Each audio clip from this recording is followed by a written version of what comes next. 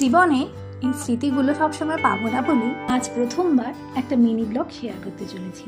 বাড়ি থেকে বেরিয়ে স্টেশনে পৌঁছে ট্রেনের অপেক্ষা করতে করতেই দেখি ট্রেন চলে। ট্রেনে চেপে কিছুটা দূরে গিয়েই নেমে পড়লাম খুবই পরিচিত একটি স্টেশনে। তোমরা কি বলতে পারবে এটা কোন স্টেশন? এবার এখান থেকে অটো ধরে চললাম ইউনিভার্সিটির উদ্দেশ্যে। বহুদিন পর ইউনিভার্সিটির এই গেটটা দেখে ভারী ভালো লাগলো। এবার গুটি গুটি পায়ে দুই বন্ধু মিলে ইউনিভার্সিটির দিকে চললাম, কারণ সেখানে আমাদের জন্য আরো বন্ধুরা অপেক্ষা করছে। বহুদিন পর সবার সাথে দেখা হয়ে সত্যিই খুব ভালো লাগলো। বাকি বন্ধুরা আসলে আরো বেশি ভালো লাগতো।